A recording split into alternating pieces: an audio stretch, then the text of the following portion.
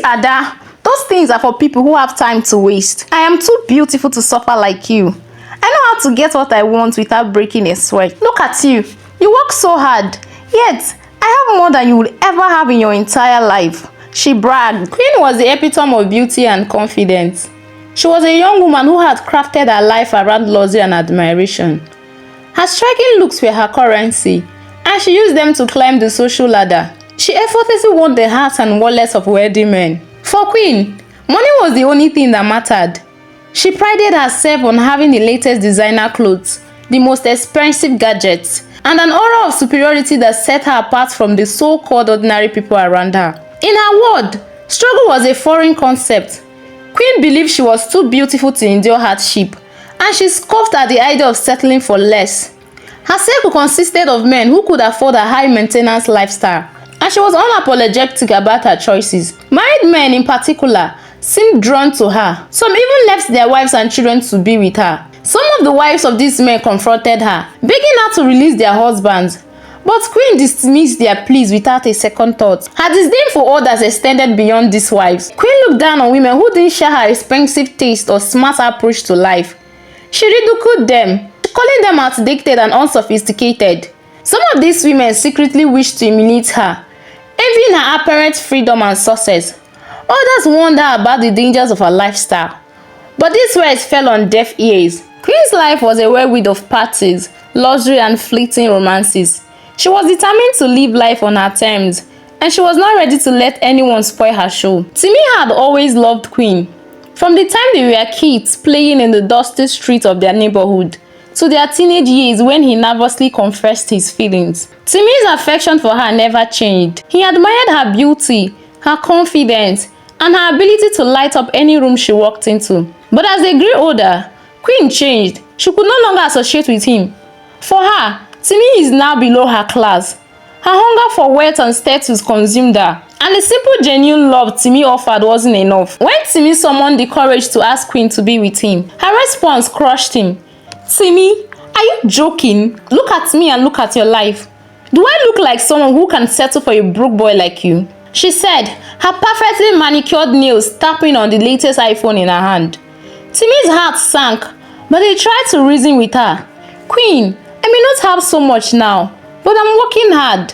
I'm studying, and I have plans. We could build a life together and grow together. Queen laughed mockingly, her voice dripping with disdain. Grow together? Are you hearing yourself? I don't have time to suffer and grow with anyone. What can you even offer me? Nothing. Please don't embarrass yourself. Her words were like daggers to Timi's heart. He felt humiliated and hurt. Despite her harsh words, Timi's feelings for Queen didn't change. He still hoped that one day she would see beyond her obsession with money and remember the simplicity of true love. For Queen, she had no time for reflection. She was too busy living a high-class life. While Timi continued to build his life brick by brick, Queen continued her reckless chase for wealth. Among the few people who genuinely cared for her was her childhood friend, Ada. Unlike Queen, Ada believed in hard work and the importance of self-reliance. Ada had struggled to complete her education and was now working tirelessly to build a career for herself. She watched Queen's lifestyle with concern, knowing the dangers of living up the whims of others. Ada, I can't believe you still stress yourself with all this hustle and books. Whose school help I beg? Look at me. I'm living the best life any girl dreams of. No stress, just enjoyment. But Ada wasn't one to back down easily. Queen, this life you are living isn't sustainable. What happens when these men stop coming? You need a skill or a degree to stand on your own. Skill, degree, please Ada. Those things are for people who have time to waste. I don't need to suffer like you, and I know how to get what I want without breaking a sweat. Look at you, working so hard, yet I have more than you'll ever have in your entire life, Queen said mockingly. Ada shook her head in frustration. Queen, money isn't everything. This path you're on leads nowhere good.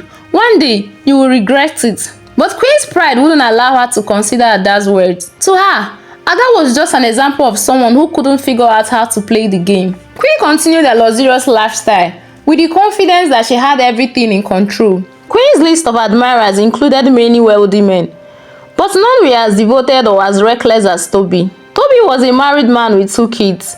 He was completely enchanted by Queen's beauty and charm. He lavished her with money, expensive gifts, and extravagant trips, neglecting his responsibilities at home. Toby's wife, Amara, was heartbroken.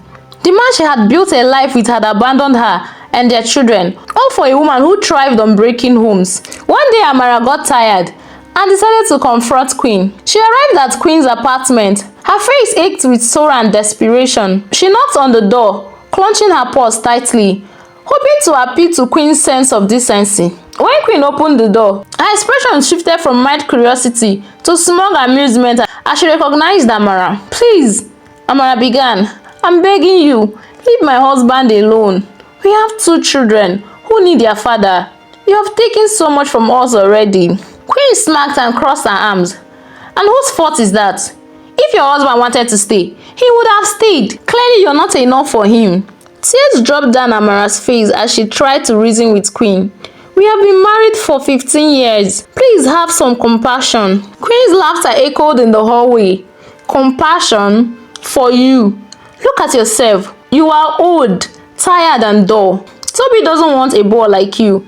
He wants someone beautiful, someone hot, someone like me. Face it, Amara. You could never compete," she said. Humiliated and broken, Amara left Queen's apartment in tears. Queen was unbothered. She had no regret about taking what she wanted, no matter the cost to others. Her pride swelled, and she saw herself as untouchable. Every night seemed like a celebration of her beauty and high-class lifestyle. Lavish parties were her playground, and she was always the center of attention. With her designer dresses, flawless makeup, and enchanting smile, Queen effortlessly captured the hearts of wealthy men wherever she went. She thrived on their adoration, and most importantly, their money. One day it was Ade, the oil tycoon, who funded her extravagant shopping spree. The next it was Michael, a foreign businessman who whisked her away on private jets. When Toby's money finished, Queen didn't hesitate to leave him behind and move on to Obinna, a real estate mogul with an even fatter wallet. For her, relationships were not built on love or loyalty. They were simply transactions. As soon as the money stopped flowing, she was gone, already courting her next benefactor. Queen's nights were wide and carefree, filled with endless rounds of champagne, blaring music, and stolen moments with men who couldn't resist her. Sex became a routine part of her lifestyle, a means to secure her position in the lives and wallets of the wealthy men. Today she would wake up in Ade's penthouse. Tomorrow she would be in Michael's luxury villa. Each man was just another chapter in her story. Once she closed the moment the plot became unprofitable. Ada was concerned and worried every day about Queen. "Queen, this lifestyle can't last forever. These men don't love you. They are using you just as much as you're using them. Ada, stop worrying about me. You're not my mother. As long as I'm beautiful, I will always have someone to take care of me. You are the one wasting your life on degrees and struggling for pennies." One sunny afternoon, Queen's latest conquest, Chief Benson, a wealthy businessman with a reputation for extravagance, took her on a shopping spree she would never forget. They drove in his luxurious car to one of the most exclusive boutiques in the city.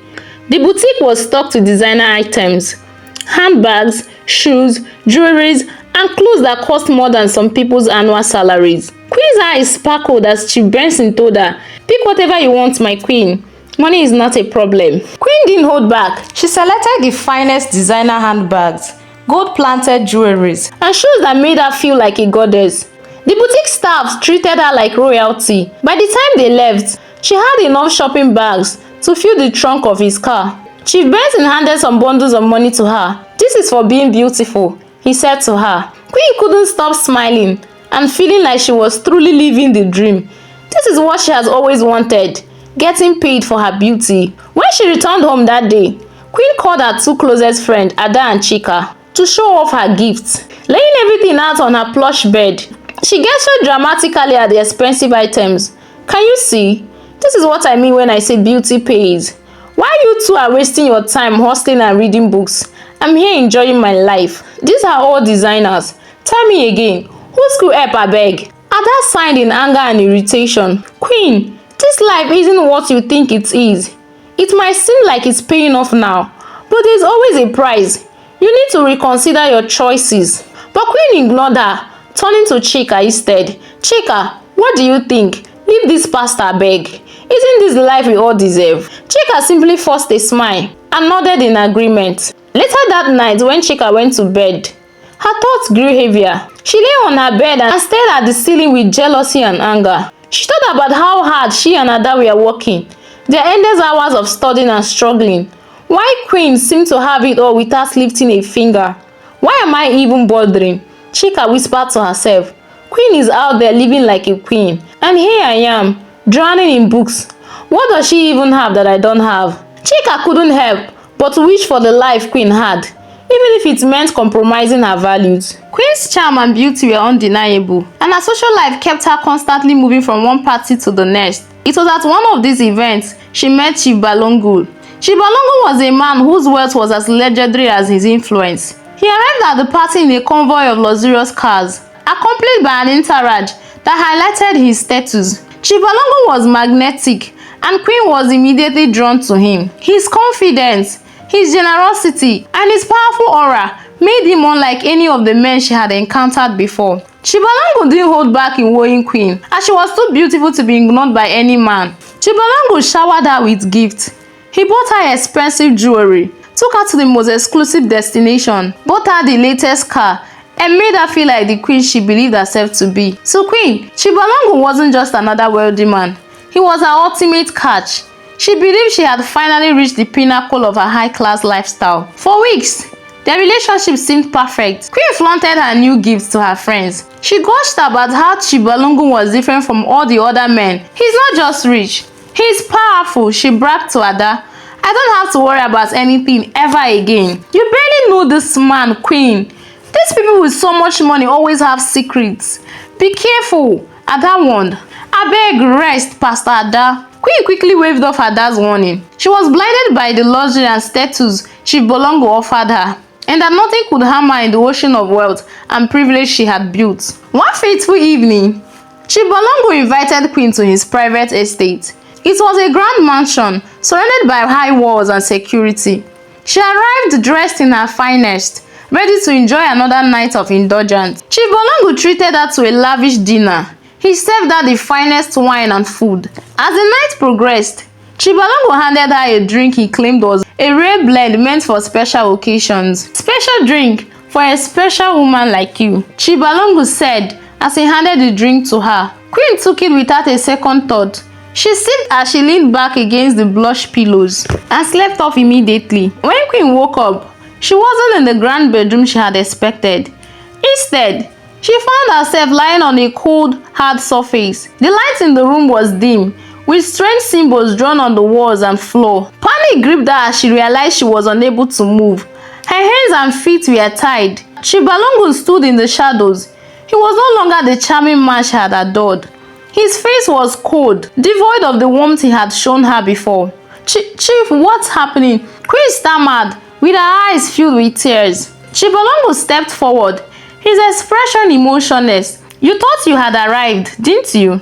You thought you could take and take without consequences. Well, my dear, tonight, you have truly arrived into a night you never imagined. Queen's heart raised as she tried to make sense of his words. She watched in horror as he began shouting in a language she didn't understand. Please, Chief, please, Chief, let me go. I won't tell anyone. Queen pleaded in tears.